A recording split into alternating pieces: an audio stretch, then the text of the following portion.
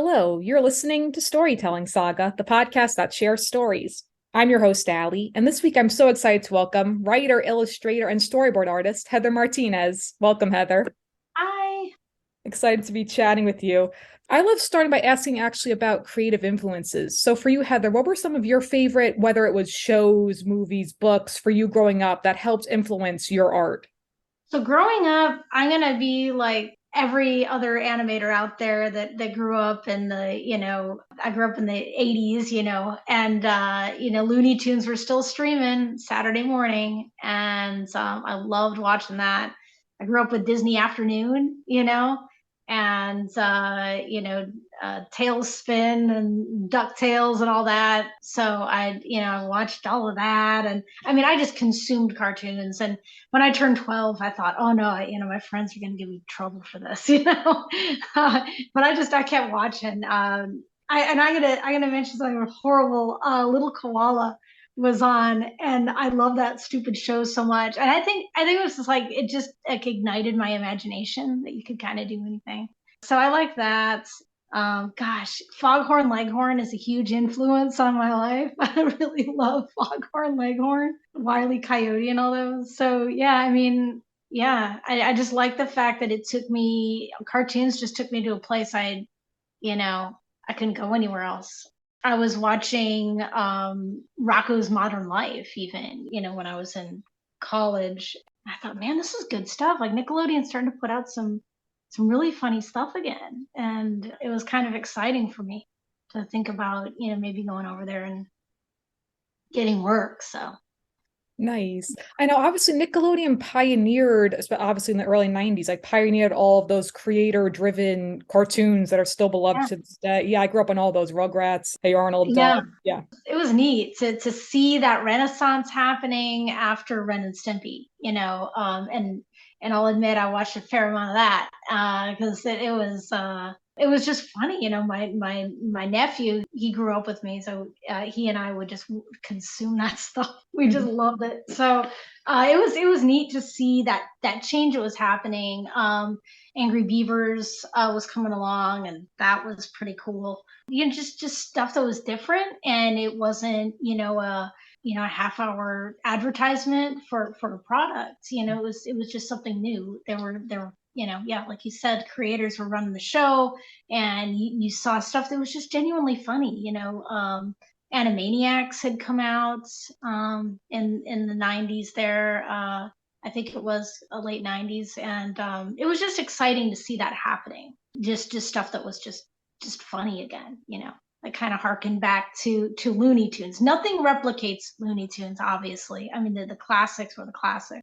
A character was hit with something and you felt that pain and kind of shooting through your body. And I love that. Some of my favorites were the Bugs Bunny with the hoedown with the two hillbillies. So, oh my gosh, I just watched that stuff over and over again. I loved it. So, Yeah, all the stuff that's classic, slapstick humor, yeah, all that good stuff. Amazing. yes, So yes, I good. loved slapstick, and my kids will be watching something, and I'll see a great gag, and I'm like, oh, we got to rewind that. I got to see that again. So I think we were watching Lorax the other day, and where the kid is about ready to jump this ravine, and the ramp just just drops down, and it's all this build up, and then he just drops, and I love stuff like that, visual gags, and it gets me excited. So. I know that's the beauty of animation that you could do anything. So that's what's so cool, Yeah. obviously. So, did you study animation in school then, like in college? Yeah, so I'm one of the many Cal State Fullerton people. There was this graduating class that had like Josh Pruitt, Justin, oh Lord have mercy, I'm trying to remember his name. Who did a ton of Star Wars, and we had Mike Williams and a bunch of other amazing people in that class. And so I went to Cal State Fullerton. We had Martin Sue. I mean, just amazing. I mean, people that are amazing artists today. That you just Google that class.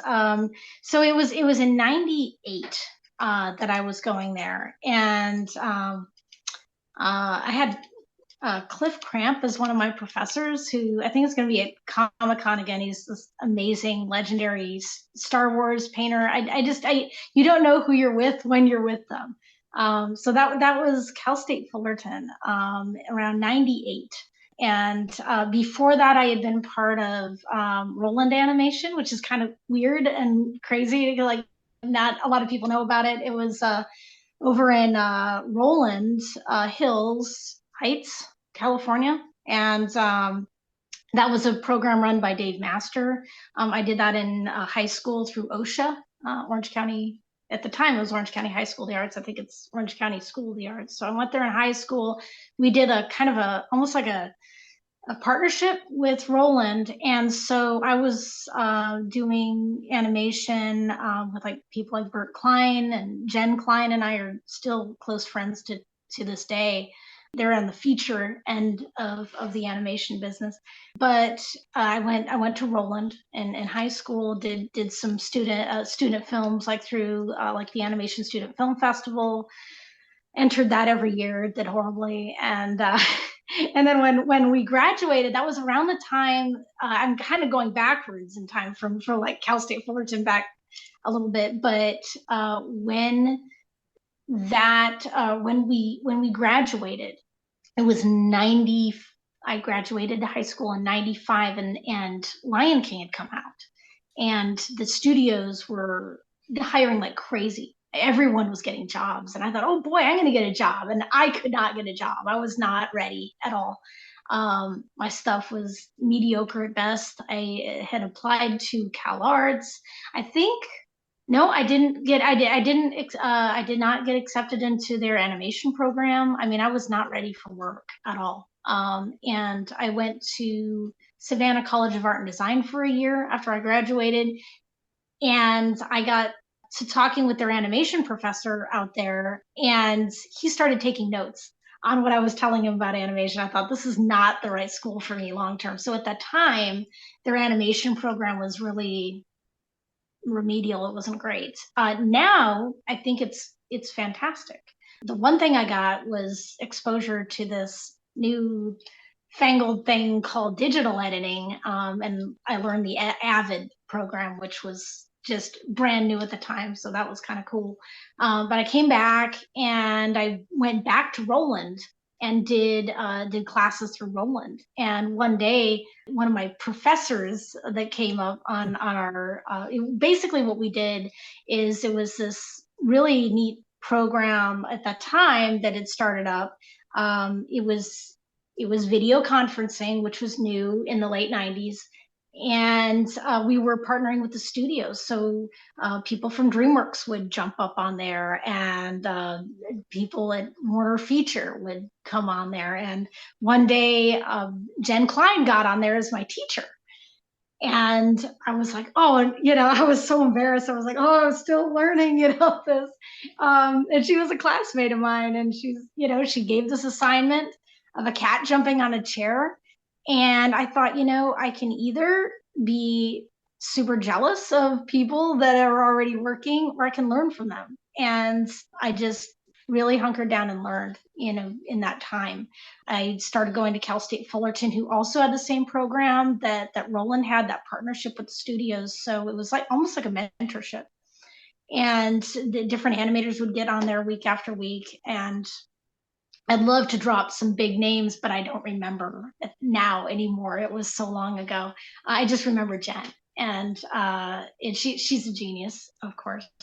She and her husband now, they do a series called Pups of Liberty, and they do that out of their house. It's amazing. And anyway, so I did that program, and then in '99. I found out through Cal State Fullerton had an internship program that came up through Nickelodeon, and they needed PAs over there. And I decided, I thought, hey, I could do a PA internship. I'd love that. Even if I'm making photocopies all day, that would be awesome, just to be over there. And I got a call from Angry Beavers, and they said we could use a summer intern making photocopies on the show. And I put in. And it was funny. I was in a biology program over the summer, just taking a biology course. And I said, hey, would you guys let me finish my biology course? I thought this is the dumbest question ever. If they say no, I'm toast.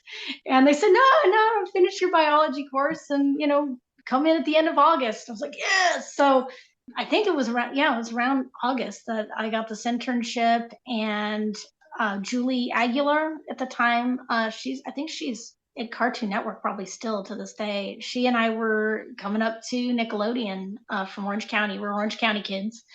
And we were doing the internship up there. I was on Angry Beavers. I was running photocopies all day. I would take these boards and just, pour over them. I just thought, oh man, these guys are amazing. Jim Schumann and Mike Ceballos was their character designer. Amazing, amazing guy who told me at one point, he said, we'll do an art internship with you. But here's the deal. Angry Beavers was kind of shutting down. And he said, so I can't give you any actual work on the show because we have artists that need this work. They need to work. And so I will show you how to do a turnaround on a character. And I will show you, just basic character design. And he mentored me for a little while. And Nancy Gorey was another production person. I want to say production person because she could have been a PA or a manager level at that time, and I don't remember. But she said, there's a show upstairs called SpongeBob Square something. And I was like, what?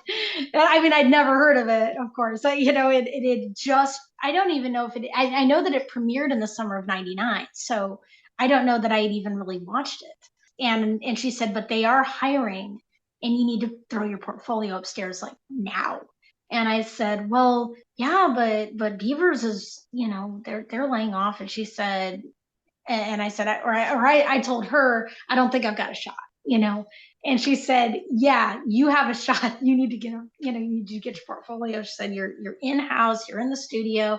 Yes, you have less experience, but it's take a shot. And so I threw my portfolio upstairs and I got a call a couple weeks later, I think, from Derek Dryman, who asked me to come in to do an interview. And so I sat in his office and he said, we need someone who's a crossover. We need someone who can do storyboards and can do character cleanup. We need someone who can do both right now because we need board revisions, but you need to be able to do character cleanup. And I can see here that you can do cleanup just fine. I had several examples in my portfolio at that time.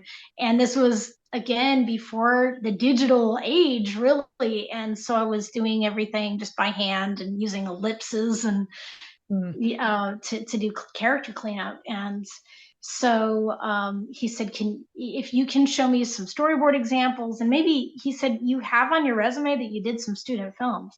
And by then I had done a ton of student films. Like I said, I don't know how many of them were any good, but I brought in this stack of VHS tapes the next day. He said, bring me some storyboard examples. And sadly at the time I didn't have a lot of storyboard examples, but I had so much animation. What I did is I went home and I grabbed all the key scenes from my shows or my little, my own little shows that I had made. And I just pasted them into a storyboard. And because I had not kept any of the rough boards that I used for my student films, but so that's what I did. I just pasted them all in and was like, yeah, here's the storyboard. And they hired me, which is so crazy. I don't think Dryman was drunk at the time.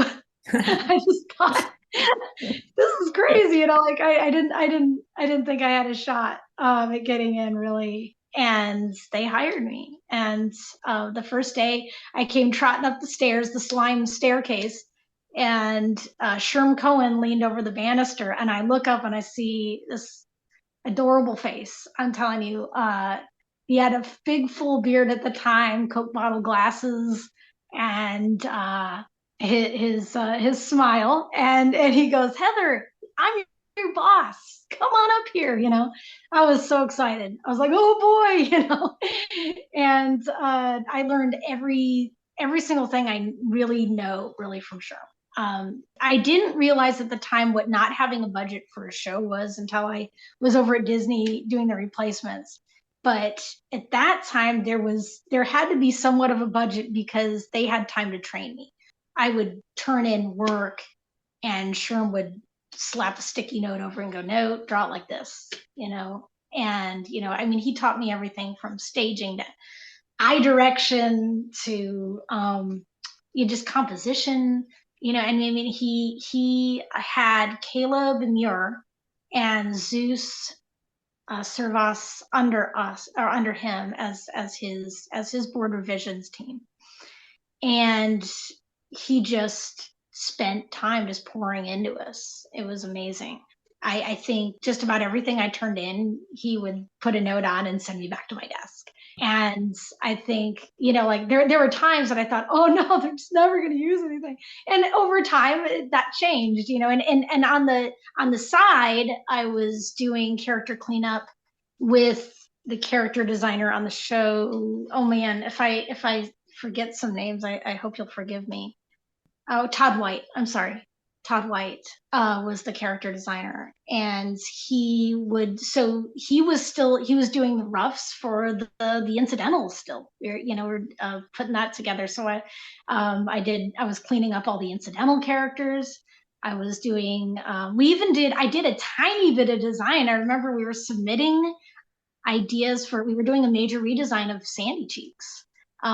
If you'll notice, she changed quite a bit from season 1 to 2. So I was officially on board November of '99 on the show was when I started. And so they were officially in season 2. So I don't even think I'm credited for season 1, which was crazy and sad because they were still getting some board revisions that were getting done at the time. So I did a tiny bit of work on season 1. And like we were redesigning the little didgeridoo player from the Something Smells episode. I actually got to redesign his little hairdo, and then Sandy Cheeks was getting that redesign, so that we were submitting ideas for her tail. I was like, oh, my claim to fame on that show for design, because I didn't do any design, I did a cleanup.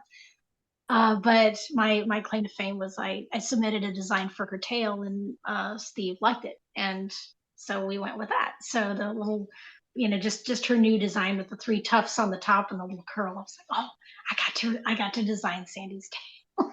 I love that. Oh my god. Yeah. So that was kind of my experience a little bit on SpongeBob, and just basically learning everything about boarding through Sherm. So eventually my revision work my cleanup for Todd started to kind of taper off a little bit, and I think they put someone in that spot. Because I remember moving into full-time revisions at that time for boards. They kind of asked me, at the time, what would you like to do? What direction would you like to go? And I said, boards. Yeah, I want to be a board artist. So anyway, I kind of laugh now, but just because I didn't know that was a bit of a life of pain. And I mean, wonderful. But still, it was a lot of work, and but it was great because I think there was just that opportunity to learn under someone amazing. And so just posing, line of action, just the energy, just silhouette, all of that. In fact, you can still go online and find the tip sheets for SpongeBob by Sherm. They're still out there. Sherm has an amazing website. In fact, he has a storyboarding class that is still available through, I think, Storyboarding Secrets, and he's still out there online. And there's I think there's a storyboarding class that I actually was amazed to find is not only still available, but and I purchased it last year. I was like, hey, this is amazing, information, because he's a very good teacher. But he put all those SpongeBob tip sheets together for Caleb and Zeus and I. And so he said, oh, I've been developing this, and that still exists, which is kind of neat. So anyway, so the great thing about it was that everything in season two. So as a board artist, if I had been a board artist, which I wasn't at the time, I was still doing revisions. A board artist will get assigned one show, with a title on it. You'd get, maybe in a season pickup of, I don't know, 22, 23 episodes or however much it is. You'll get, maybe every 3 or 4 shows will get assigned to you. Where with revisions, I think I got to touch just about every episode in season two. So everything came my way that needed any kind of change or revision. And so that was kind of exciting, was that, my kids will be watching season two and they'll be like, oh, these are such great shows. And, they're really classics. I mean, I didn't realize at the time what, no one did. I think exactly how much of an amazing classic this would be. And I was like, oh yeah, I worked on that. And oh, I did that little scene right there. And it's just neat to be able to say, oh yeah, I think I touched just about every episode in season two, and a good part of season three before I left. So yeah. Amazing story. Oh my God. I love hearing all of that about like that's just fantastic. You had all of this like this nurturing environment where you could learn and grow and Yes. be recognized for your talent and stuff. And obviously SpongeBob is incredible. Like I remember growing up watching those first 3 seasons, and to this day, you could point to any episode and like all these iconic quotes that you can pull from it that are still hilarious. Yes. It's Yeah. amazing. That's so cool that you had like a part in so many episodes, and that's amazing. Oh my God. Yeah, it was I didn't write at the time. I mean, we were at every pitch, which was kind of neat. And it was still at the time where they'd paste it all up on on the board there in the conference room downstairs. And I would wiggle up to the front. I thought, I'm short. They're not gonna give me a hard time, I don't think. And I laughed my butt off at every single one of these. And I just thought, man, is every show this amazing and funny? You don't know what's happening when it's happening, really. I just remember the day that Steve came in and got the crew together and said, well, we beat Pokemon this weekend. And I was just like, no way. There's no way. I can't believe we beat Pokemon. It just, was all happening and unfolding in front of us without. And I do remember one guy, we were at some crew party and he said, you're at a good place at a good time. He said, I think SpongeBob is going to continue on. I think this is going to be just a really good show to have your name on. And I just thought, oh, come on. I think because he had experience, he had been around and he had been on other shows and just had not seen the phenomenon that SpongeBob had begun. I don't know how to say that, had started. It was it just was kind of neat. But I guess being young and new, and I had no idea. I really didn't. I just thought it was hilarious and fun, and it was amazing. So it was a good experience. I had Jay Lender across the hallway from me. It was actually not even the hallway. There was my cubicle, and then there was a hallway, and then his door was right. So I worked right outside his door, and he was a master of staging and composition, and I'm sure he still is. His staging was, I mean, that I just Sherm would show me some panels and he'd say, just, I want you to take a look at this, Heather. I want you to see some subtle things that he's doing that are really, delivering this story. And he's saying it in just this one shot right here. And I want you to see what he's doing. And so it was really neat to be surrounded by people that were so amazing. Kaz came through. Dan Povenmire was a part of season two for a time. It may have been season three. I'm sorry, my timeline's a little screwed up, but he worked on some episodes with Jay, I believe, and we had Aaron Springer and Carl Greenblatt and Bill Reese, just funny guys, really funny guys that were just writing shows that that were just hilarious. And I remember getting some roughs from them, and Sherm saying, "Would you clean this up? There's this one section." And I thought, oh man, I can't, I don't know how to capture that. And so there was a little pressure there to try to capture that funny that Aaron Stringer had going on, but then put the character on model and just make it look like SpongeBob, because the expressions were just so funny that he would put on these characters. So, and I'd get the drawings in from Steve too. And it's sad because I think I ended up throwing away a lot of those drawings, but I'd get those little notes in, make it look, like Steve's drawings. And so I think at one point, I think it was when I worked on the movie that I'd actually had the presence of mind to start keeping some of those notes that he would put on the board. And because at that time, once they were doing the movie, obviously SpongeBob was famous. But at the time, I took a lot of notes and threw them out, and it was kind of a bummer that I did that. But the way that kind of segued into me drawing SpongeBob for so long, because I ended up leaving actually about halfway through season 3. The reason that I ended up staying associated with SpongeBob for so long was there was a group of people out of New York that were doing all of their press art. And Steve was not pleased with what was coming back. And so they would have been all the people doing their, story, whether sometimes it was a storybook, sometimes it would have been just a piece of press art. In fact, a lot of the early poses are still around, which is kind of crazy. And they would work on these poses and they would send them out from New York, and they weren't real pleased with how they were turning out. And Caleb and I think had about the same idea around the same time. We went in and we asked, hey, could we do this? Could we do some press art on the side? And at first it was kind of like, no, I don't know, you guys have your job here and I want you to prioritize that. And he actually flew out a team from New York and did like a week-long jam session with them to teach them the characters, and flew them all back.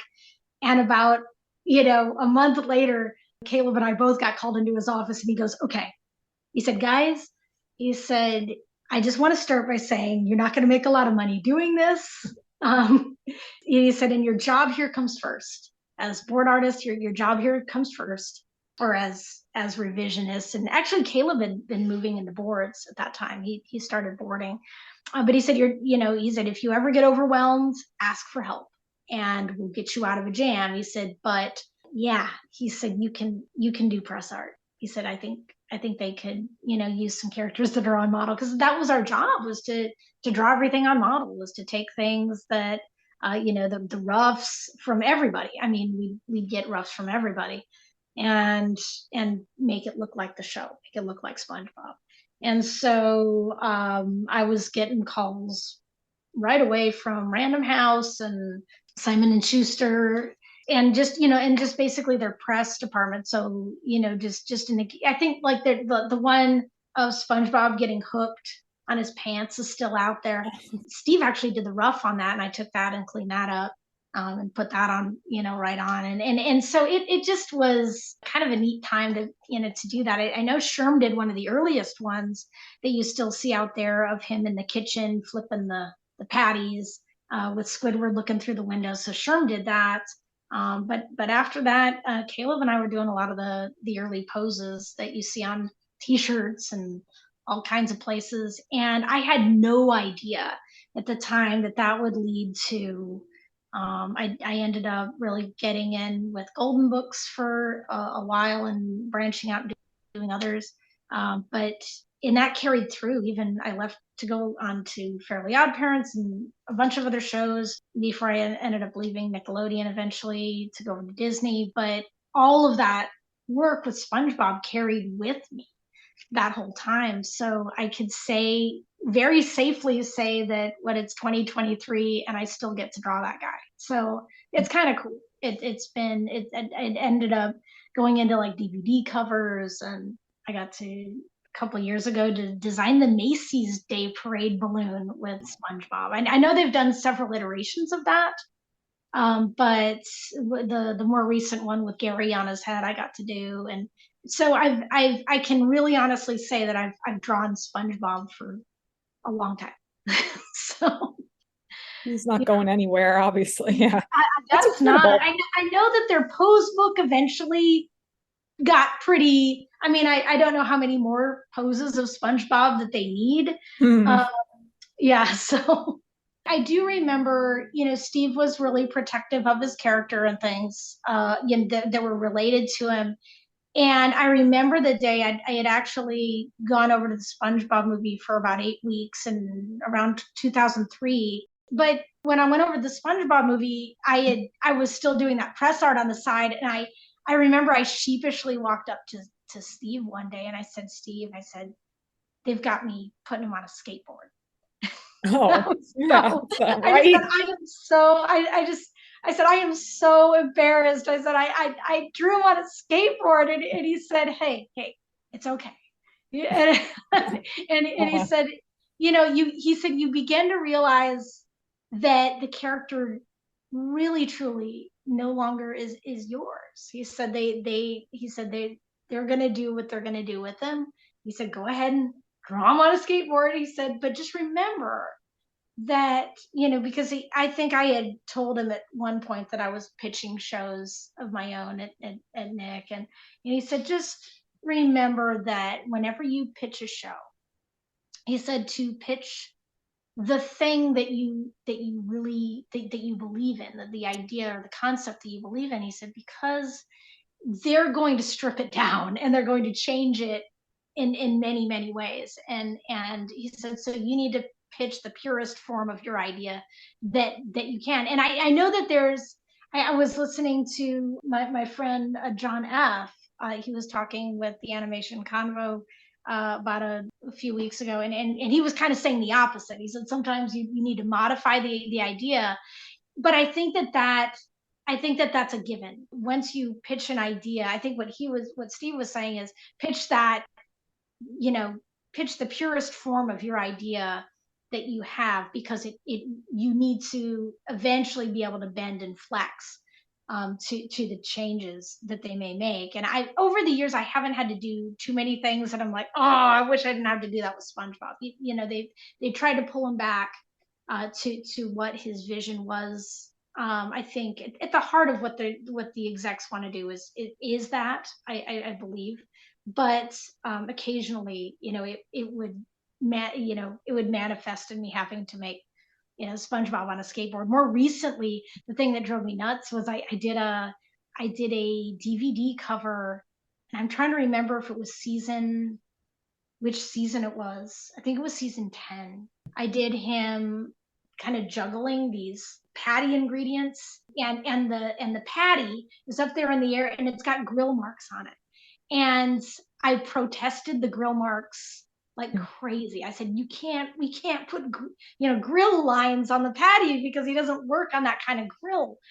And they're like, no, it reads better as the patty when there's grill lines. So I gave them like 3 different iterations, and I finally sent them an email and I said, really, truly, please do not use this version. I don't want my name on because I remember back to when I was on the show in those early seasons, and SpongeBob had been picked up by Burger King at the time. Burger King wanted to do a little toy line. There were no toys for SpongeBob, obviously, when it was starting.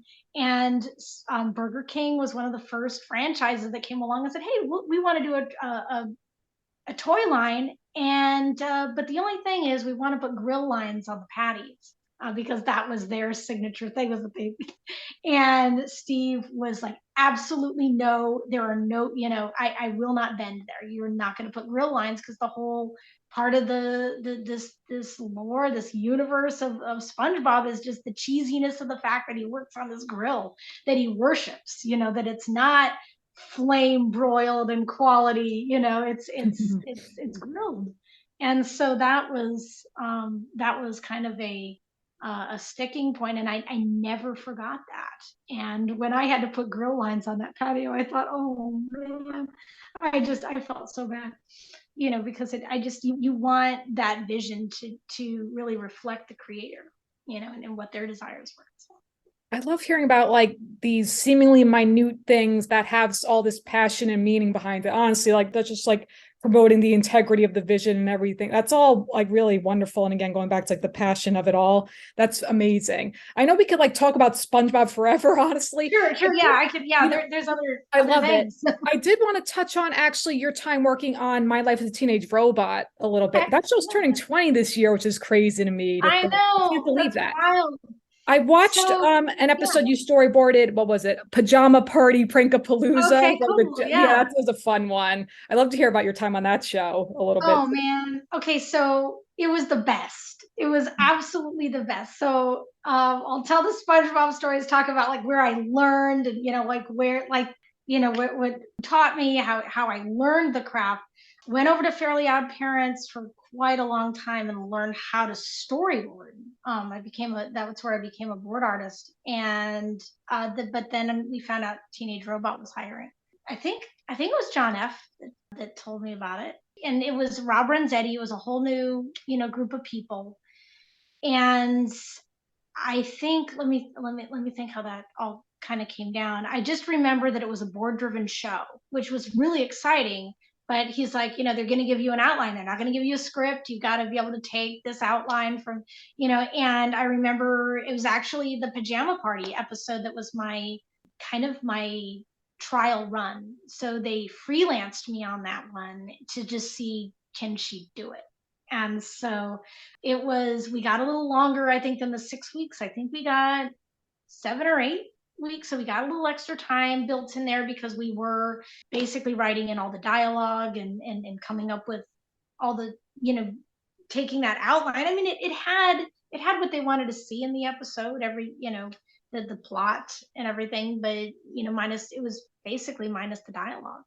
And so I took that and made a storyboard out of it, and that was a Pajama Party Prankapalooza, and took that in, and I could not believe that he wanted me on the show after that. And it ended up being the most amazing group of people. I'd say that it was the first time on a show I think that I had felt like a member of the family, so to speak. It was Rob Renzetti.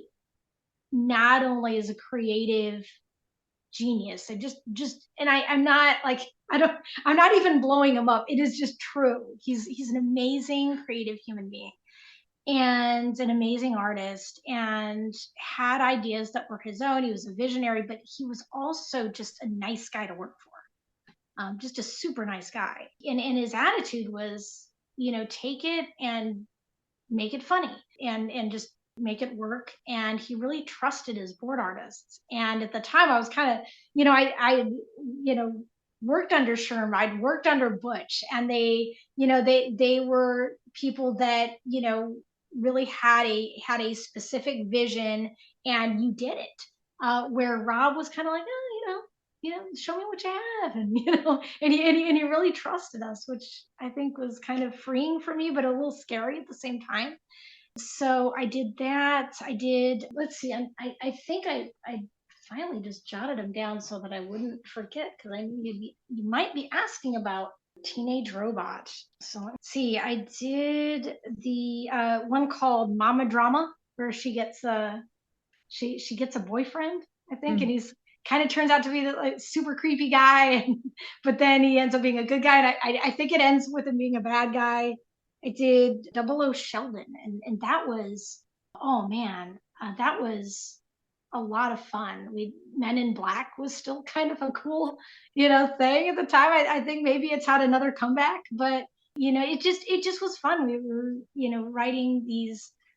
He tended to give me episodes that were not super action packed, although most of the episodes with Jenny were action packed, right? She was a superhero, but he tended to give me stuff that was a little more like maybe about the romance, or maybe more about relationships and things like that, and that was maybe a little less actiony, because he wanted to use on scenes like that involved like huge transformations and guns and weapons coming out of her, and I couldn't do that to save my life. I mean, it was horrible with that. And but Double O Sheldon was just fun. It's where Sheldon, becomes a spy and works undercover. And I got to come up with just fun stuff for that. Like him going into a beauty salon as like the cover, and it was a lot of fun to do. I did The Price of Love, and I'd say that one is probably the one I'm most proud of, because yeah, The Price of Love is where Sheldon decides that he needs to make Jenny jealous. And I'd say for me, just learning writing at the time, that's really where I was able to kind of learn like what goes into a story to really propel the characters on. What motivates them was a huge question in my mind. And when I got the outline for that, although it was a great outline, I think at that time his only motivation was that he just wanted to make Jenny jealous. And it was working, but not, to me, it wasn't enough. I felt like this needs, I don't know, a MacGuffin of some kind to make it, to just sell it, because at that time I think he had asked put Teresa to be his girlfriend, as a way to kind of get that going. But it was just kind of scene after scene, or maybe another montage of him kind of walking around with her and paying her cash to be his girlfriend. But I thought, I think that he needs kind of this little connection with Jenny. And I remember asking Rob, I actually took him aside in the courtyard one day, and I just said, I've got this idea where Sheldon has made something special for Jenny. It's like a flower that goes in her ear, and it helps her hear. And anyway, so I use that as sort of the MacGuffin, I guess, in the story, to just kind of connect them, so that later on, when her little ear, what would they have been called, I guess, or ponytail? Antenna? Yeah, ponytails. Yeah. They were ponytail. But it was also the little bolt there. We just thought, okay, well, those will be your ears. So and that was out of tune. And I think at the end of the episode, she discovers that that it was Sheldon who made that for her, and that she needed him to tie that back in. And it just I wanted that little thing that was kind of a connection. Also, the fact that he sells it and gets rid of it to just kind of throw as a throwaway thing. I don't know. It was just one of those stories that I really enjoyed working on, and creating that connection between the two of them. And then the part where he finally confesses his love, but she doesn't hear it when he does. So it was a lot of fun to work on that. And then we did the movie, and there was a tendency at times, and I think it was just animation writing. They would say, oh, make a montage of something happening, and the part of the movie that I got to work on was starting at the scene where Tuck and Brad get consumed by the cluster army. No, that's when it ends. Where it began was, I think, where they're boarding up the house of Wakeman's house. So it starts there, and it goes through them kind of forming the army, and the little kind of the pre-attack where they're sending out these annoying little bots. And then it kind of cuts back to where Jenny is over on Cluster Prime, and she is kind of finding her place there, and finding out how she sort of feels at home in this place. And even though like she's envisioned it as this horrible evil place, that actually turns out to be a robot utopia. And when she gets there, it had, I think, on the outline, just a montage of really cool things happening to her, and cool things happening. And I thought, what, I think this would actually be a good place for a song, just where she's rescuing people. I think that was the outline. She kind of became a little bit of an undercover superhero.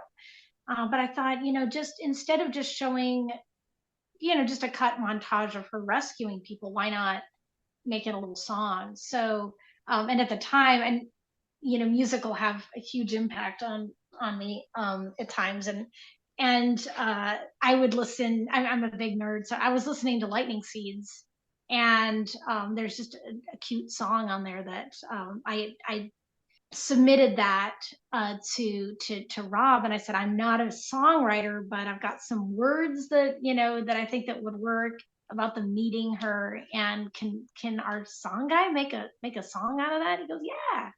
And again, that's what I loved about Rob, was that I thought, oh man, if I go to his office and say I want a song, I don't know if they'll buy it. He said, no, no, I like that idea. I think that's a great place for a song. And that's just the kind of guy he was. That's what I think really endeared him to that's the staff that was there. Brandon Cruz, Bernie Peterson, and John Fountain. I mean, we loved working for Rob, and yeah, he said, yeah, let's put a song there. I think that sounds great. And a few weeks later, they show me the song. We're like, yeah, he's like, come on in, yeah, I'm going to play the song for you. And he hit play, and I mean, it sounded exactly like, not exactly like, way better, I think, than I even envisioned it. So it just was it was just a really, really neat time to be on that. I think it was probably ended up being under 2 years. It wasn't a super long time that I was able to be on that, but the time that I was on that show was, I'll never forget. It was really a neat time. That's so wonderful. Yeah. Again, like what you're touching on too, is that it's the people that make or break any job, obviously, and all Oh these people yeah. that, yeah, that's really Oh sweet. yeah. Yeah, there just was no sense of Mm. elitism there. The writers, Scott Peterson was there at the time. He's a funny guy, super funny guy.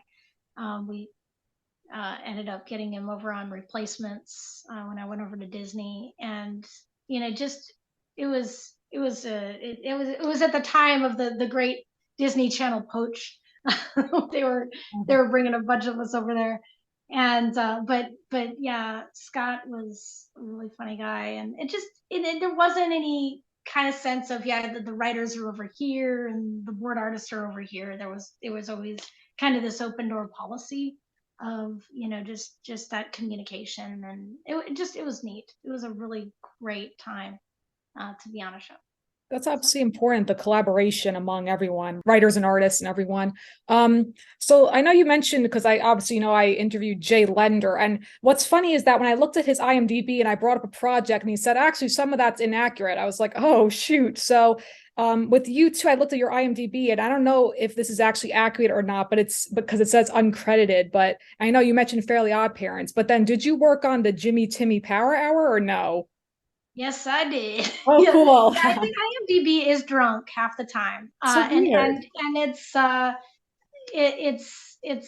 got credits that I think it's got like me on Maya and Miguel. I did not work on that, among other things, but yeah, I did work on the Jimmy Timmy Power Hour.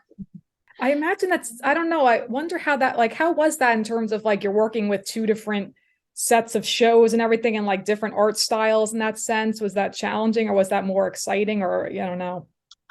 Which was, I think his genius is just in streamlining things, and I mean, it just ended up being a character that did we had this design, this flat FOP design for Jimmy. I didn't do any of the boarding for the, I guess, 3D work, so I think that was a different team altogether. They divided that up. It just, there was a season that it felt like FOP was all specials. It was one, it was Abracatastrophe and Jimmy Timmy Power Hour. I think there was another one in there, but it felt like we were doing just a ton of specials. And I don't have a ton of memories of working on that. I just remember being very busy. I hear you. That show was always so hilarious to me. I like watching that. Cosmo, Timmy's dad, Crocker, like such Yeah, yeah. characters on that show. Yeah, a bulk of my time at Nick was on that show. Yes. Basically what had happened as we were kind of winding down on SpongeBob. I remember we were in season 3 and Steve came out and said, look, he said, I'm not gonna do a season 4 at the same time we're doing a movie. He said, and they're kind of talking to us about a movie. He said, and I'm just not gonna do all this all at the same time. And he said, you guys might want to kind of start looking around for other job prospects, and and be thinking about that. I don't think he wanted everybody to just drop off his show, but as kind of a still young, new board artist who was actually they had given me one board to do on SpongeBob, but really I was just coming out of revisions into boarding, and I thought, wow, it's going to be hard for me to find work, I think. And Fairly OddParents was hiring Bob Boyle. He needed me to do a revisionist test. I did the revisionist test, and he called and said, "When can you start?" And it was a bit of a tricky situation because I wasn't I don't think I was really scheduled to roll off of SpongeBob at the time, and Steve didn't really want his people just dropping off the show. But he took me aside. He said, "I'll let you do it." He said, "But the rest of you aren't going to do that." But I think I don't know, he just was very kind, and he let me do that. And so I went over to Fairly OddParents as a revisionist for maybe a few months. It didn't last for long. I found out they needed a board artist, and Jack Thomas, who was a writer on the show, said, "Kid, you had to put in for boarding." And I put in some kind of board test. I don't even remember how it happened. I think maybe Butch had given me a section of the show, and he said, "Here, why don't you board this, and let's see how it looks." And then he got mad at me because I put the board together, and he said, "Why didn't you apply for board artist?" He said, "Because you're a board artist, Heather." And I was like, "Well, I've been doing revisions for so long." He said, "Yeah, but," he said, "I think, yeah, you're ready for this." So I think I don't even remember the earliest shows. Like I said, I think I did Fairly Odd for at least 4 years. It was a long run. And so there a lot of the shows kind of mixed together and kind of meld in my mind. I mean, there just was a huge learning process. Butch was kind of a master of simplicity, but that super super fast pacing, that was all new to me because SpongeBob's pacing was not anywhere near that. But FOP was like one gag after the next, and then I was getting used to the idea that a character couldn't even blurt out a sentence without a cut there. So you cut from a super close up to wide to back in, and it just had this frenetic sort of pacing to it. And so we were learning shortcuts, ways to get that, to keep it simple and clear, super clear staging, but without it, holding too long on any one scene. And that would drive Butch crazy, just these, unless the pacing called for that, in a joke. But it was kind of learning this new technique that was really, kind of the signature thing about his show was that kind of frenetic, super quick, kind of snappy pacing to the jokes and everything. So I learned a lot being on Fairly Odd. Yeah, and John Fountain, we call him F. He's online as F, so I'll call him F. I call him John, but I'm getting used to this. But he was my board supervisor, and I think it started. I'm trying to remember who was supervisor before him, but I think it was Bob. But John became board supervisor, and I mean, I learned a lot about action sequences through him. We did a lot of like actiony stuff, and that was all new to me. He had come off of Zim, and so his sense of kind of dynamic staging just was all new to me. So I learned so much from him, and then he rolled off and Dave Thomas became my board supervisor. And oh man, that guy's a genius. He is one of these people that just pours himself in to the art form. I mean, composition, design, staging, and all of that was so important to Dave. And I learned so much from him. So it was a great time to just soak up more knowledge. I'm a really big fan of learning from people. If I in any way suck, I have no excuse, really, because I've had some of the greatest teachers of all time. Well, it's like what you said earlier that like instead of being jealous of these people that are seemingly more talented to learn from them. So that's obviously really important. Oh And yeah. I know you mentioned then heading over to Disney. So like what led to that decision and then eventually like coming back to Nickelodeon too. So the way that worked out was that Jack Thomas and I had formed a friendship, and he was on he was one of the writers on FOP, one really funny guy, and he was always doing a side project of some kind. And I'd pass by his office, I don't know if I was running the copier, but I always found myself passing by his office with his door open, and he'd be like, Heather, hey, you got some free time? And he's like, no, Jack, I'm busy. I was on Teenage Robot. I loved that show. I loved the team. I felt at home, and it was just like I just, I was very happy there. And so Jack would be like, hey, I'm working on this project, I'm just putting together a pitch for this and that. And it was kind of a little bit of a running joke was, no, Jack, I don't have time, to help you with it. And finally, one day he goes, Heather, no, really stop. He's like, I want to talk to you. And I said, okay. He said, well, I actually am doing a pilot over at Disney Channel. There's this guy, his name's Dan Santat. At the time, he was this guy who had one book that he had published called The Guild of Geniuses. And it was at a time where Disney had this idea that, okay, we're going to find kind of this up and coming, illustrator. I mean, Dan now is a Caldecott winner. He did Beagle a few years ago. He's probably one of the most prolific and most amazing children's book illustrators ever. He's become fairly well known, but at that time, he had the one book called The Guild of Geniuses, and he had pitched an idea to Disney about a family, like a mail order family, where kids, it was kind of harkened back to the 60s and 70s, maybe the 80s, where you'd get the little booklet, and in the back you'd have like this cutout page of the different mail order things you could get, and it had mail order parents at the back of their comic book. And so they had sent in and at the time I think he had pitched a luchador, the Mexican wrestler, and a spy mom, I think was the idea. And they had called Jack and had him partner as the executive producer of the pilot. So they optioned the pilot and had said, well, what would you think about maybe as a stunt man as the dad? And so they were right in the middle of changing that and getting that together. And Dan had rewritten the Bible for the show. And so Jack then needed a director for the pilot. And he said, would you direct the pilot? And I thought, why would you want, there's other people I think that would, have more. I've never even been a storyboard supervisor, let alone a director for a pilot. And he goes, well, he said, I see you pitching shows around. None of my pitches ever went anywhere, but he said, I know that I think that is part of who you can be if you tried. And I said, well, okay, well, I'll direct the pilot for you.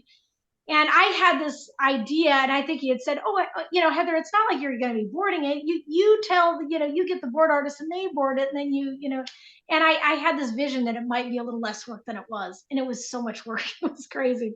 So I would basically take my Nickelodeon jacket off and drive into Glendale up Flower and go over to Disney Channel at night. It was over there in Glendale. And we basically spent about, I don't know, maybe 6 months doing this pilot. And at the time, the pilot wasn't even animated. It was a storyboard that we posed to death and then had colored. It was basically they took it and put it like pose to pose in color, because they found, I guess with testing groups, that because there was a smaller budget on, and I had no idea what small budget was until I went to replacements, but because they had a smaller budget, they found that the testing audiences wanted something in color more than they wanted it fully animated. So their choice was they could send it overseas and get it animated, but there wasn't a budget for color, I think. or they could color a storyboard and it not animate, but maybe just kind of pop around. And that was more appealing to kids than fully animated. So we did this little storyboard pilot. And Jack really, he had this attitude as well of, ideas can come from anywhere. I don't care if it's a PA or a writer or a board artist or character designer. If you're in the room and you've got a funny idea, we'll entertain that. So, and pitches were still done on the boards, on a big wall, and so we had finished this pilot, had the boards done. Louis Del Carmen helped us with that, and Sean Murray helped us out.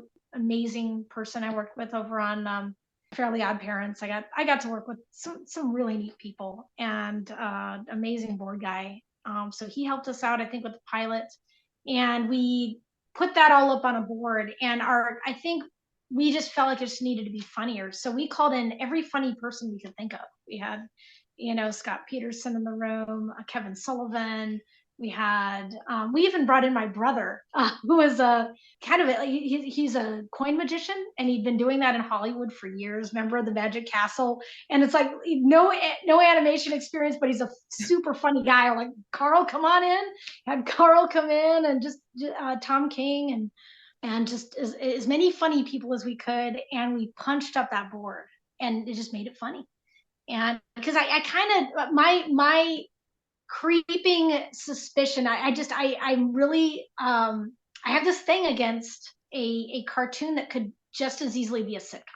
I thought, well, if you're going to make a cartoon, we have to have a reason that it's a cartoon. What's visually funny about it? What can we make?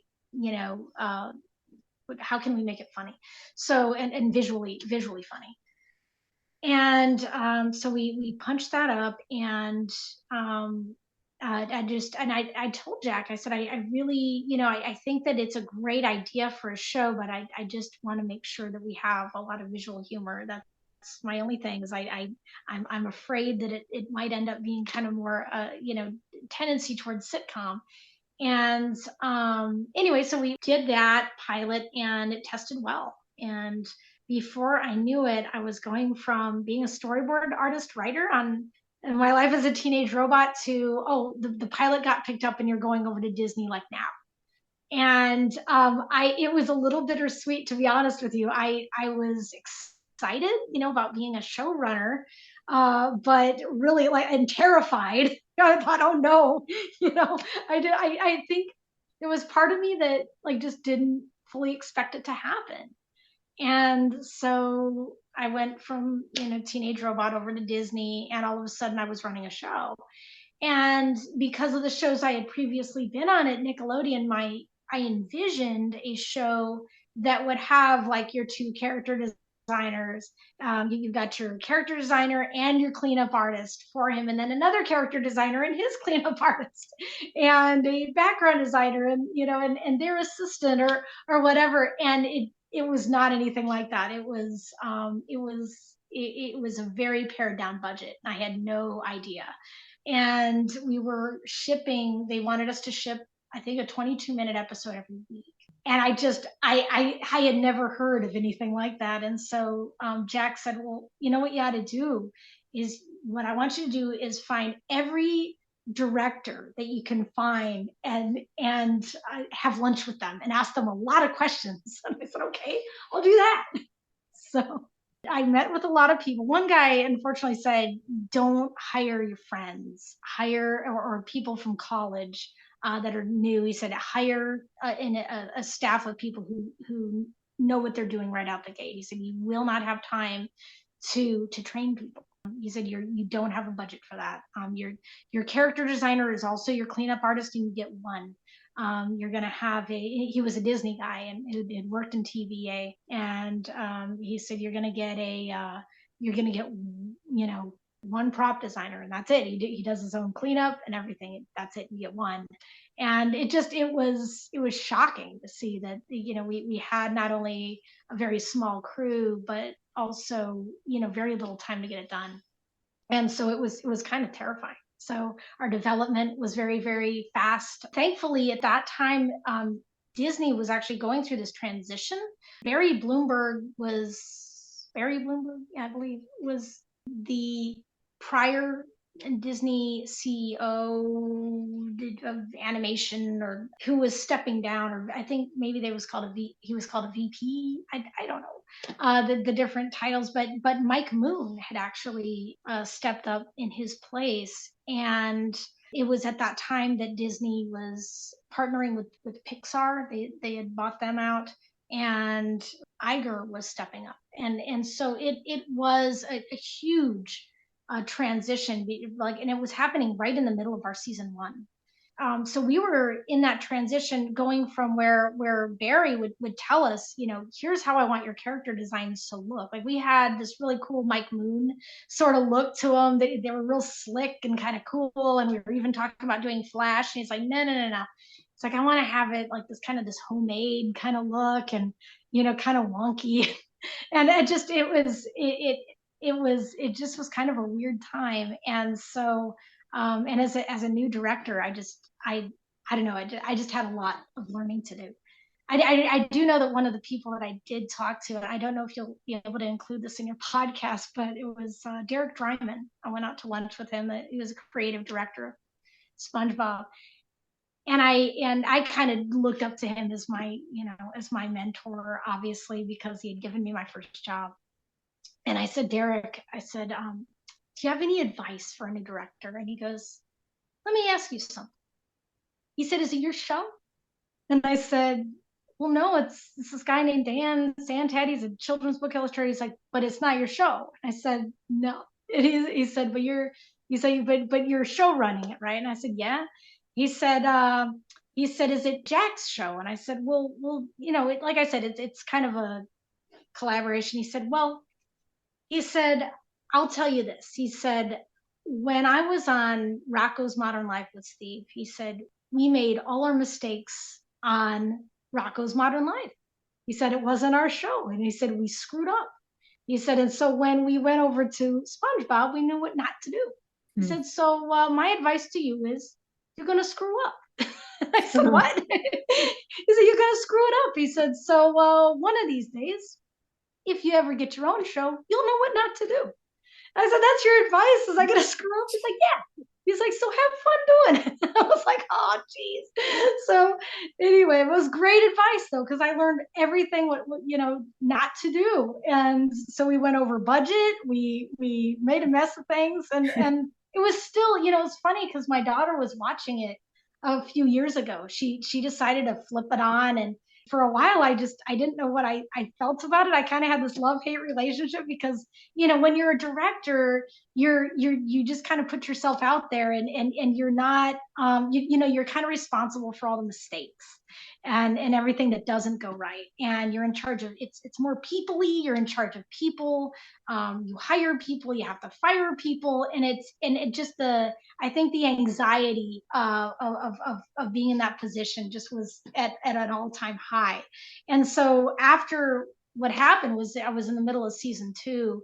I was really stressed out, and I actually got pregnant with my daughter, who ended up watching this show a few years later. And I needed leave for that. So they, but all that to say, though, that Savannah, my daughter, was watching it a few years ago, and she turned it on. She's like, Mom, why didn't you ever let me watch the show? It's really funny. And I said, oh, come on, and she put out a few episodes for me. I was like, you know what? It was funny. It's actually, it's a really cute show.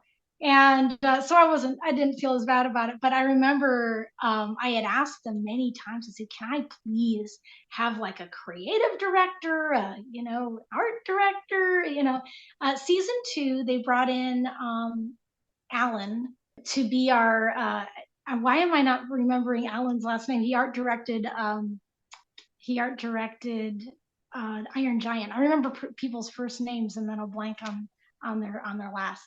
But he became our art director, and we got Steven Silver to do character designs in season 2. So I mean, they really brought in people in season 2 to help us out.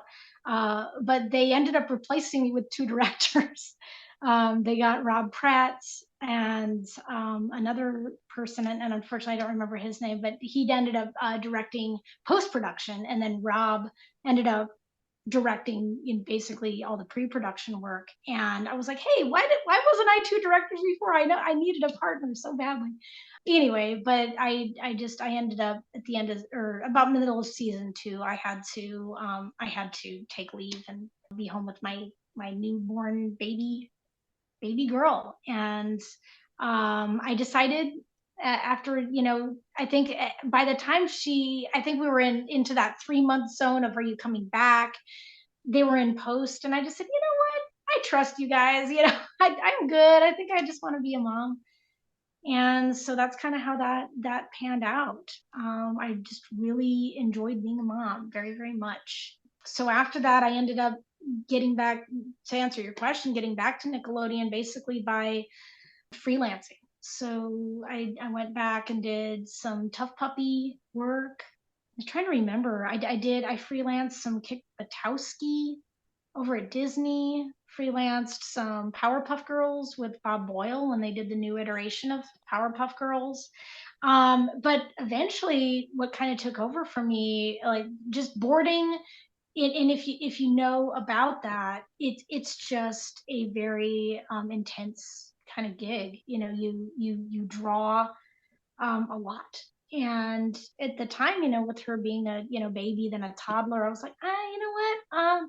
I think I'm gonna kind of go back to illustration more and more. And at the time, I was getting calls to do, Star Wars Golden Books came up, Doc McStuffins and other properties, Blaze and the Monster Machines. I was doing a ton of Paw Patrol, not Paw Patrol show, but Paw Patrol like posing and all of that. I mean, Paw Patrol was coming out my ears. And I thought, you know what? I think I can do this full time. I don't think I need to do boards. And so for a really long time, I did a lot of illustration work, a lot of little golden books, and continued to do SpongeBob posing and SpongeBob books. And I mean, I ended up doing like a SpongeBob pop-up book. There was a lot to do, and I thought, I don't think I need a board right now. And it wasn't actually until 2020 that so I took a really long break from boarding, and I thought, oh man, actually no, I got over to DreamWorks for a little while. Jim Schumann was doing some development at DreamWorks TVA, or TV, television animation. They were doing there was a movie called Boo, and it was at a time they were doing like movie development, but they were kind of putting the cart in front of the horse and developing TV series for the movie before the movie had come out. It felt like Spaceballs. What is it when they did that joke about the movie that they were already merchandising it or whatever before the movie had come out. Or no, they had it on video before the movie was done being filmed. That was the gag in that. But it was kind of like that. They were doing a TV show, and they hadn't even, like, Boo wasn't a movie. And in fact, we didn't know at the time Boo wasn't going to be a movie at that time. But we were doing development for a TV show. And so I had never been asked to come and help develop something like that. So they had me come in and help them develop a TV show, which never went anywhere. But that was kind of my only segue kind of back into production for a really long time until 2020. And it was, that horrible year. And all of a sudden, everything that was related to publishing kind of started to dry up. And I wasn't getting the calls for that. But everybody was sitting at home streaming. And so they were doing the SpongeBob spin-offs. And I thought, maybe I'll see if they could use some help. And so they brought me in, and I did all the way up until November. I was laid off of Camp Coral. So I did a lot of Pat's show, the new Patrick show, and Camp Coral. And I was kind of jumping back and forth between those two. I had freelance on Camp Coral, then freelance over on Pat's show. I did a tiny bit of SpongeBob. That didn't last real long because the spinoffs really needed help. And anyway, so I did that all the way until this past November, rolled off of Camp Coral, and then freelanced some Patrick show revisions for a while. And that's kind of where I'm at right now. And I had mentioned before, I was kind of becoming a caregiver for my folks. And my mom passed away in March. And so I had literally, I mean, I had just come off of Pat. Mom became full time work and then passed. And I think about 3 or 4 weeks later, I was just sitting, kind of not doing anything. And it was the first time, I swear, I was doing nothing. And and a friend of mine said, Heather, what are you doing? I know you're sad. I know you're in mourning, but like, what are you gonna do? And I said, I honestly don't know. I said, I have no, I don't want to do anything. I don't even have any motivation to jump on another show right now. I said, I'm doing absolutely nothing. And she said, how long has it been since you've drawn anything for yourself or done anything for yourself? And I said, honestly, I've been drawing, I think, everybody else's stuff for so many years. I said, I don't remember the last time I just sat down and drew something for me. And she's like, yeah, I do that. She said, aren't you working on, did she have like a chicken cartoon? I said, yeah, I'm doing a little chicken cartoon. She's like, I have chickens. I love my chickens so much. It's actually, it's not normal. I love my chickens a lot. And so she's like, you ought to do, you ought to finish that up. And she's like, what if I gave you a deadline? She knows me real well. Her name's Yafa. And she said, yeah, I think, she said, I'm going to give you a deadline. She said, I want you to be done with all the animation and clean up for your chicken cartoon. How does the 1st of June sound? I was like, sounds good to me. So anyway, so that's kind of where I'm at right now in life, is just kind of, I did that. I don't binge watch. I don't watch a lot of TV, surprisingly. But in fact, I don't watch a lot of the shows I've done. But she had told me about a show called Sweet Tooth, and I started doing some characters on the show, and I got back on Twitter. I dusted this thing off. I swear I have not been on any social media really except Facebook to put pictures of my kids up, really. So I joined Instagram, I joined Twitter, and I put a drawing of some of these characters that I watched on Sweet Tooth, because I started watching that and it was like, it just kind of rung all the little bells for me and the things I like. And anyway, so I made a character kind of sheet, and I'm not a caricaturist. I'm just gonna say that, but I made characters in the show because they kind of struck me as funny and cute. And I put that out there, and the one of the actors retweeted it, and then sent it over to Jim Mickle, who is like the creator showrunner, and he retweeted it. I was like, oh, it got me so excited. So I went over to Instagram, and he was following me on Instagram. I could not, the Jim Mickle was, and I was like, well, this is so cool. So that kind of just spurred on, I'll just keep doing this. So that's kind of, like I said, that's where I'm at now. It's not like this, for me, just getting noticed in any capacity on social media was kind of surprising, because I just, like I said, I'm not even out there until very, very recently. So that's kind of, I don't know. I like, where I'm going with that is, I am sure in some way I'm going to circle back around to this chicken cartoon, because I said, look, even if we finish it, so we're doing sound in 2 weeks. We're going to record the sound and voices for it, since the animation is now officially done. But I don't have an audience. I was like, well, hey, I've got this chicken cartoon, but if I'm not out there, I don't have an audience. So anyway, so yeah, so that's what I'm doing. I'm doing stuff for me. And if you were like to ask me, like, is there a show you want to work on right now? My answer is like, I just kind of, I think I'm in this season where I so need some me time. If you know a little bit about caregiving and doing that, you just, I've still got my dad to take care of. And I just, you realize that as you're pouring yourself out into other people, and I homeschool my kids too. So when you're pouring yourself out into other people, you find that you really lose yourself. You don't, you're like, where am I? I'm in here somewhere. I think I'm an artist. I think I like to draw, but I haven't done it in so long. And just for me, that, it's just nice for me to just be creative again, and to try to see what I can do, what kind of things I can throw at the wall, and see what sticks. So that's where I'm at. I wish I could give you like some big major goal. My goal is follow me on Instagram, follow me on, follow me on Twitter. That's it, really. I would love to tell you that I've got this huge plan in the works other than my little it's kind of I guess the idea with it is that a lot of people became chicken farmers and chicken owners after the pandemic, and we were one of those people. And I always loved the little Simon's cat cartoons. They're real cute. And so I thought I'll do something like Simon's cats but with chickens. So so Nice. Well, your love of chickens connecting back to your love of foghorn leghorn. That's too yeah, funny. it is. That's It amazing. is. I love that big belligerent chicken. He's so obnoxious and hilarious. That's I say, hilarious. boy, you're doing Yeah. it wrong, you dummy. Oh And my that's God. kind of, yeah, I love that character. I've known so many people in my life who are like, you're doing it wrong, boy. Let's get it right.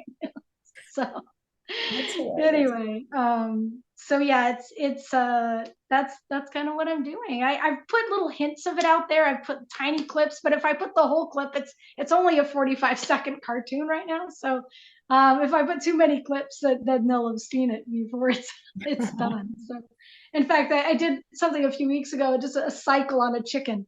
And it's just a little music, and all I was going to do is just have him doing this, and I was just going to kind of put up there, hey, we're testing sound right now, we're starting sound. We did a really kind of a rough cut of sound, and it sounded so bad that I finally approached a friend and said, hey, I think we need this to sound a little better. We can't sound like we're in the middle of our living room. And he's like, oh no, I can help you with that. So we're working on that. But that ended up turning into like an animation cycle with a little song and everything. People are like, is that the chicken cartoon? I said, no, that's just a little teaser. So Nice. That's yeah. exciting. Oh my gosh. Heather, such an absolute joy chatting with you. Thank you so much for your time. So please feel free to share where people can find you on social media. Sure, it's Heather is Joyful, or at Heather is Joyful, on Twitter and on Instagram. So yeah, I figured that if and I created that handle at a time where life was not easy. And I thought, well, that's the thing, is like, joyful is not a mood that you're in, like happiness. It's a state of being. And I thought, if I'm really, really down, even though my handle is Heather is Joyful, I can always be joyful. So anyway, so that's a perpetual state of being, is Heather is Joyful. And so that's where you can find me right now. It's just Twitter and Instagram. I have a website. I need to update it. Seriously, need to update it. So it's a little slow and sticky. So and that's storybooksbyheather.com. But just know that if you get on there and it's a little sticky, that I'll be updating that soon. So You have really cool artwork on there, though. I was checking all that out, so it's nice. thank you. I appreciate that. Absolutely. I love hearing all your stories. It's fantastic. I could just sit here, honestly. Like, it was Well, so I good. hope I haven't. I want to talk to your ear off, you poor person. No, I'm so I sorry. love it. I prefer like just sit back and just like enjoy. Honestly, like that's funny because like I was gonna ask you anyway, you touched on that, like advice, dream projects, stuff like that. So it's all good. I love Yeah, it. I mean, And listen, I think you were asking about breaking in. I mean, I'm a little disconnected being out here. I mean, but I see just it's so easy to connect with creators on Instagram. It's so funny because yeah. everyone else has been on Instagram for like 10 years or whatever. And I'm like, hey, there's this really neat thing. It's called Instagram, and you can connect with creators on there, and it's really neat. But I mean, really, people who are artists, follow people in the business and comment on their stuff, and they might even respond. And it's so easy to do, even if they have, 11K followers or 20K, you can, as soon as they post something, you just write, hey, this is amazing. And they'll probably say thank you. And if your stuff's good, they might even follow you back, which it's kind of an exciting time for artists now. Is that you can be connected to people that wouldn't normally see your stuff. And so we're not at the days anymore like when I was at Disney hiring people. You'd get the stack of portfolios on your desk, and you would just you'd open it, flip to the first couple pages, and then chuck it, then go to the next one. It wasn't because you Interesting. were callous; it was because you didn't have any time. Mm. And the only portfolios that would end up in your office were the ones that the casting person, would even consider putting on your desk. And so you didn't even see any of the other stuff, where now you can get your portfolio right there on someone's desk without even having to go through all that. And I think the good stuff rises to the top. It just does. And I mean, I am humbled by the people I see on there. I'm like, oh, these Mm. guys were kids when I was doing SpongeBob, like kids. And those kids are now the directors over there, and they're directing these shows. I mean, Allie, like, you are gonna do amazing. You're connecting yourself with the business, you're connecting yourself with the right people, and you challenge yourself to learn from people who've been there and done that. You'll do great. I'm so impressed with this younger generation. Amazing and talented. I know, So it's just like you said, being persistent. I appreciate what you said too, honestly, about making stuff for you, because that's something like I had to remind myself too. Like in my writers group, one of them had said, what do you want to say? How do you want to say it? What's going to be like the most you on the page? So it's like it all starts from you, obviously, the things you care about, things you find funny. So it's yeah, true. yeah, you'll I think it's easy to kind of lose yourself, and because really the job portion is, can you draw someone else's character? So yes, that's huge. Can you draw SpongeBob and keep him on model, but make him funny and make him look like, I'm actually not like, that's my illustration influence is, I'm probably kind of more towards Robert McCloskey, and since it's been drilled into me to be on model for so many Mm. years, my thing is not necessarily goofy, silly, funny poses, and I think that's kind of where the SpongeBob universe is at, with their humor.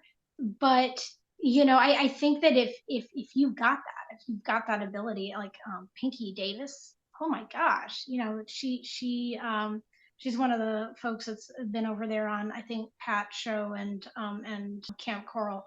Just her personal work is so great. It's really funny. So just check that out. Just check out people who are working, and then kind of seeing what they do for their personal work, and then just let that be something that defines you as an artist. But also, where the rubber meets the road is, can you draw the character too? So practice that.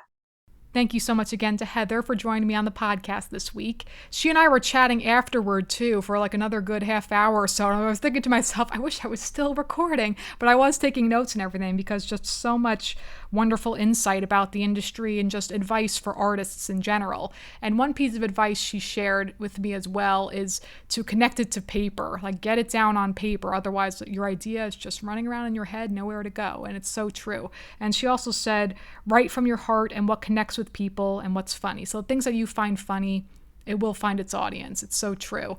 And also, we figured out after the fact, because she had mentioned the art director of The Iron Giant, but had forgotten his last name, so we looked it up, and it is Alan Bodner. So there you go. So big thank you again to Heather. Be sure to check out all of her work on her Twitter and Instagram and her website. And with that, that's going to conclude this week's episode of Storytelling Saga. Be sure to check out storytellingsaga.com, and as always, feel free to send me any questions, comments, or writing prompts by emailing me at storytellingsaga@gmail.com. Next episode, I will be discussing Judy Blume's pivotal novel and its wonderful film adaptation, Are You There, God? It's Me, Margaret. Until then, thank you for listening, and remember, write what you love.